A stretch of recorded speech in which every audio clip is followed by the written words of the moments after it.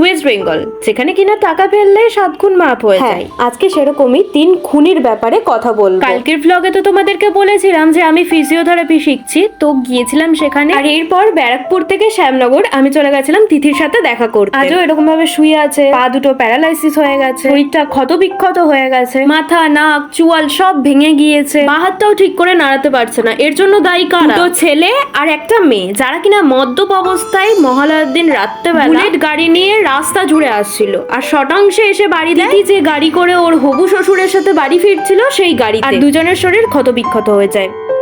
আর এরপরেই আসেন পুলিশ, যারা কিনা কেসটাকে লোপাট করতে সক্ষম হয়েছেন। যেখানে অ্যাক্সিডেন্ট হয়েছে সেখানে দুটো সোনার দোকান ছিল, সেখানে সিসিটিভিও ছিল, কিন্তু সিসিটিভি ফুটেজ ছিল না। আর পুলিশের সেকেন্ড কাজ, কিছু টাকা পয়সা দিয়ে ব্যাপারটাকে সেটেলমেন্ট করতে, অপরাধীকে শাস্তি দিতে না। কিন্তু সবশেষে তোমাদের কাছে আমার একটাই অনুরোধ, এই ভিডিওটা যত পারবা তোমরা শেয়ার করো। অপরাধীদের যেভাবে হোক শাস্তি পেতে হবে, যেভাবে হোক। আর এই ভিডিওটা যদি কোনো রকম ভাবে ওই জানোয়ারগুলোর কাছে পৌঁছে যায়, তবে জানোয়ারের দল শুনে আজ থেকে 1-2 বছর পর ঠিক উঠে দাঁড়াবে, আর ঠিক তোদেরকে শাস্তি দেবে। আমাদের তিথি অনেক স্ট্রং, আর ওর সাথে বড় মা আছে।